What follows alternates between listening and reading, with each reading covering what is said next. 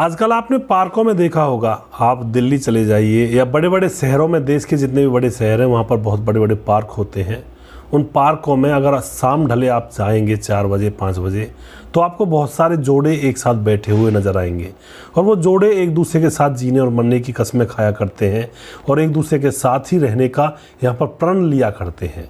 लेकिन दोस्तों, उन जोड़ों में कुछ ऐसे होते हैं, आज शाम किसी के साथ कस्में वादे कर रहे हैं, दूसरी शाम किसी दूसरे के साथ और तीसरी शाम किसी तीसरे के साथ। इस तरह का माहौल आजकल चला हुआ है और आजकल तो लड़कियां ये गर्व करती हैं कि मेरे 5-5 बॉयफ्रेंड हैं। इस बात को कहने में उनको शर्म नहीं आती, उनको गर्व होता है। अपनी सहेलियों से कहती हैं कि मेरे 5-5 बॉयफ्रेंड हैं, 5 या 6, और इस बात में वह गर्व करती हैं, ना कि शर्म। ऐसे ही लड़के होते हैं, लड़के भी कुछ ऐसे होते हैं, मेरी 6 गर्लफ्रेंड हैं, और इस बात पर वो भी गर्व करते हैं। लेकिन यह बातें गर्व करने की नहीं है, यह बातें शर्म से डूब कर मर जाने की हैं दोस्तों। जो ज़िंदगी को तबाह करे उन बातों पर गर्व ही क्या करना। ऐसी बातों से तो ज़िंदगियां ही तबाह हुआ करती हैं। आज की घटना भी कुछ इसी तरह की है। यहाँ पर कई महिलाओं के साथ संबंध बनाए, पर लड़की जब गर्भवती हो गई तो उसके बाद यहाँ पर एक हत्याकांड होता है और मौत के घाट उस लड़की को उतार दिया जाता है। आखिर क्या था मामला और कौन था यह लड़का? दोस्तों, धोखा खाना है। कहते हैं कि धोखा खा गया कोई इंसान। अगर इंसान एक बार धोखा खाए तो उसे कहते हैं कि ठीक है, चलो एक बार तो कोई भी धोखा दे सकता है। लेकिन दूसरी बार अगर उसी इंसान से पहले वाला इंसान धोखा खा जाए तो इसमें उस इंसान को बेवकूफ़ कहा जाता है। यानी कि कोई इंसान आपको एक बार धोखा दे रहा है, आपने माफ़ कर दिया, दोबारा उसके पास बैठने लगे, दोबारा भी उसने धोखा दिया, तो यहाँ पर आपको बेवकूफ़ माना जाएगा, क्योंकि आप दोबारा उसके पास बैठे ही क्यों जब वह धोखेबाज है तो। और फिर ऐसी घटनाओं में हत्याएं होती हैं। आज की कहानी में भी हत्या हुई है। घटना की पूरी सच्चाई जानने के लिए वीडियो को अंत तक जरूर देखिएगा। नमस्कार, मैं हूँ सुदेश कुमार और तिरछी बात चैनल में आपका स्वागत है। यह घटना मुंबई पुणे के देहरोड थाना क्षेत्र के आदर्श नगर कॉलोनी की है। आदर्श नगर कॉलोनी में रेखा सिलवंत नाम की एक औरत रहा करती है, जो कि विधवा है। उसके पति की पहले ही मौत हो चुकी है। उसके घर में 2 बेटियां हैं, एक रेशमा जो कि 24 साल की है और एक प्रिया है जो कि 21 साल की है। अब यहाँ पर क्या होता है दोस्तों, रेखा सिलवंत और रेशमा 25 सितंबर 2020 को रात को 12 बजे पुलिस थाने में पहुँचती हैं और वहाँ जाकर रोने लगती हैं दोनों माँ बेटी, और जाकर के कहती हैं पुलिस वालों से कि साहब, हमारी बेटी प्रिया को बचा लीजिए। पुलिस वाले कहते हैं कि प्रिया को क्या हुआ? वह कहते हैं कि हमारी बेटी प्रिया को रात 11:30 पर एक प्रशांत गायकवाड़ नाम का एक युवक है, जिसकी उम्र 35 साल है, जो पूना के थार गांव का रहने वाला है। वह अपने 2 दोस्तों के साथ हमारे घर में आया और हमारी बेटी प्रिया को, यानी कि मेरी बेटी, छोटी बेटी प्रिया को अपहरित करके ले गया, यानी कि उसका अपहरण कर लिया। और हमें शक है कि हमारी बेटी के साथ वह कुछ कर ना दे, हमारी बेटी को बचा लीजिए। पुलिस रिपोर्ट दर्ज करती है, अपहरण का मामला दर्ज किया जाता है। उसके बाद पुलिस उन दोनों माँ बेटियों को घर भेज देती है और कहती है कि हम इसमें कार्रवाई करेंगे। अगले दिन 26 सितंबर 2020 को आदर्श नगर कॉलोनी के खाड़ी के पानी में प्रिया की लाश मिलती है। चेहरे को बुरी तरह से बिगाड़ा गया था किसी पत्थर से, और यहाँ पर रेखा रेशमा पहुंच जाती हैं, दोनों माँ बेटी, और जाकर उस लाश को देखकर, अपनी बेटी प्रिया की लाश को देखकर जोर जोर से रोने लगती हैं। पुलिस भी वहाँ पर पहुँच जाती है। लोगों की आंखें भी नम हो जाती हैं कि इस लड़की की हत्या इतनी बुरी तरह से आखिर किसने कर दी। दोस्तों, यहाँ पर बड़ा ही भयानक माहौल पैदा हो जाता है। उसके बाद पुलिस यहाँ पर पता लगाने में जुट जाती है और पुलिस सीधा प्रशांत गायकवाड़ को पकड़ना चाहती है, लेकिन वह अपने घर से फरार था। उसके बाद पुलिस अपने खबरी भेजती है और प्रशांत को जैसे तैसे पकड़ लिया जाता है।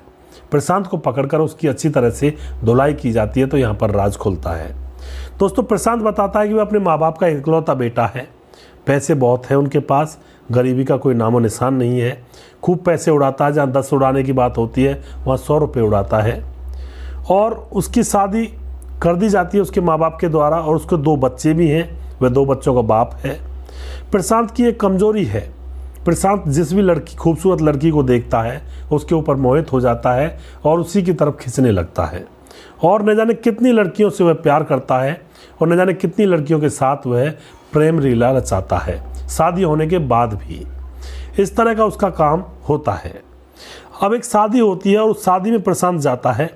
शादी में प्रिया भी आई हुई थी, प्रिया के साथ उसकी बड़ी बहन रेशमा, प्रिया की माँ रेखा सिलवंत, ये सब लोग वहाँ शादी में इकट्ठे होते हैं। और इस शादी में प्रशांत की नज़र प्रिया के ऊपर पड़ जाती है। प्रिया उसको बहुत ज़्यादा खूबसूरत लगती है और प्रिया के ऊपर वह दिल हार जाता है। अब यहाँ पर दोस्तों वह उन सभी को, जब वह शादी से जाने लगते हैं तो सभी को गाड़ी में बिठाता है और सभी को उनके घर छोड़ कर आता है और रास्ते में बड़ी ही प्यारी प्यारी बातें करता है।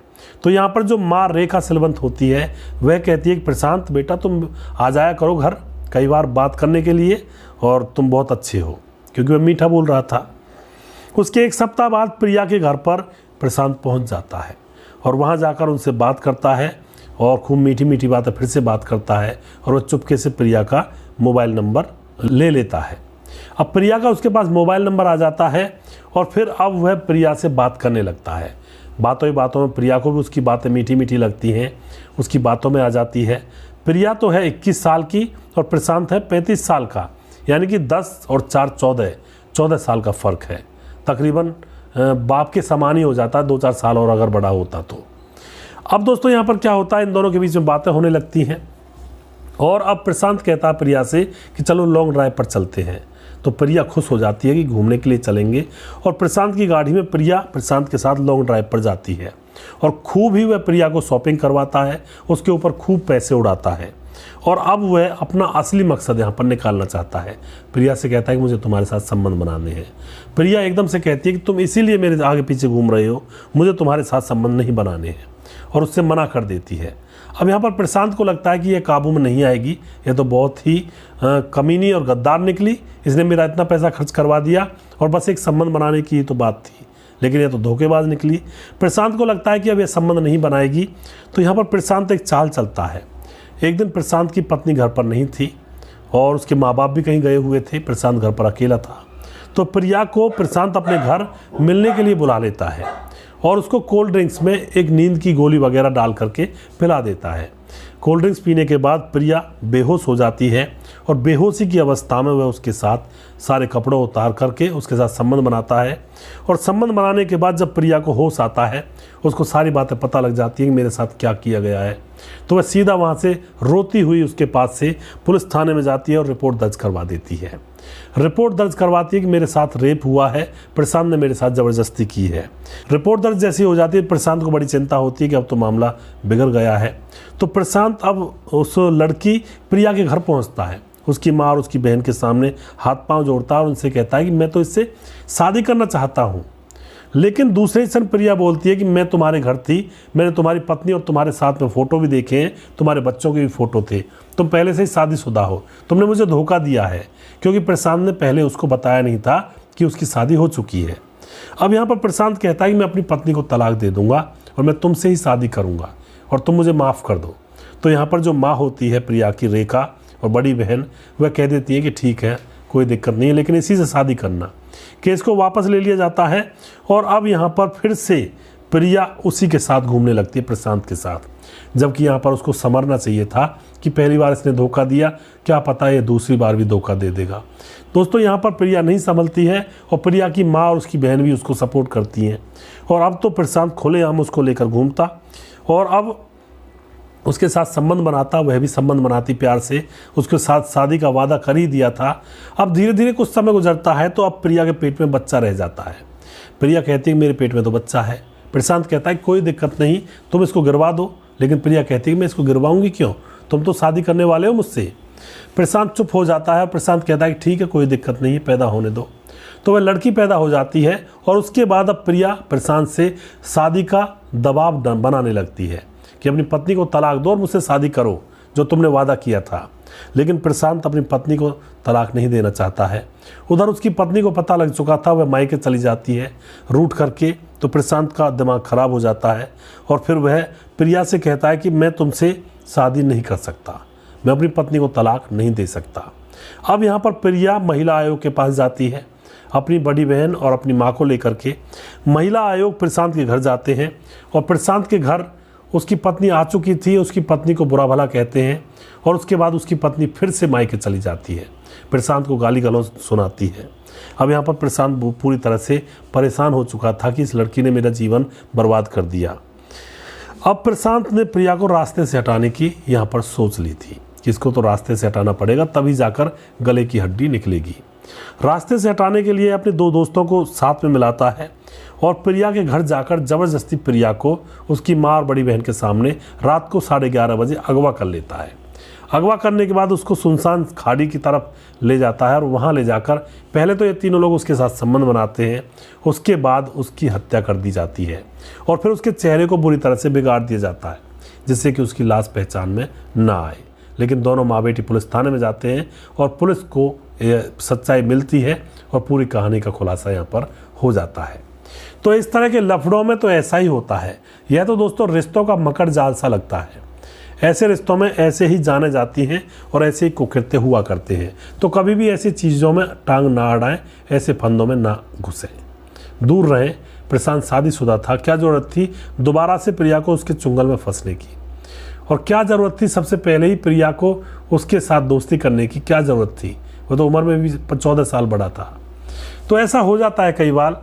दोस्तों, अगर कोई आपके ऊपर मेहरबानी कर रहा है, आपको शॉपिंग करवा रहा है, मैं उन लड़कियों से कहना चाहता हूँ, आपके ऊपर पैसे खर्च कर रहा है, आपको लॉन्ग ड्राइव पे ले जा रहा है, खूब आपके ऊपर मेहरबान है, तो समझ लीजिएगा वह आपसे कुछ लेना चाहता है, आपसे मतलब निकालना चाहता है, आपके साथ खेलना चाहता है। तो आप ऐसे लोगों से दूर रहें, अपनी इज्जत को नीलाम ना करें। लेकिन कुछ लड़कियां ऐसी होती हैं, इन चीज़ों में अपना बड़प्पन समझती हैं और बॉयफ्रेंड्स पटा करके रखती हैं, उनसे अपना खर्चा पानी निकालती रहती हैं और यहाँ पर अमीरी में ज़िंदगी को जीती है। लेकिन ऐसी लड़कियों के घर नहीं बसा करते हैं क्योंकि उनकी आदत ख़राब हो जाती है और जब घर बस जाते हैं फिर भी यह खर्चा निकालने के लिए और लोगों को अपने हंग में कर लेती हैं और उनके साथ अवैध संबंधों में हो जाती हैं, पैसे कमाती हैं। तो ऐसी लड़कियों का जीवन बर्बाद हो जाता है जो इस तरह का कृत्य करती हैं। अगर आपको हमारा वीडियो अच्छा लगता है तो उसको शेयर ज़रूर कर दिया करें। अगला प्रोग्राम बहुत जल्दी फिर से लेकर आऊँगा, तब तक आप खुश रहें, सावधान रहें और रिश्तों की अहमियत को समझें, ऐसे कृत्यों में ना पड़ें। जय हिंद, जय भारत।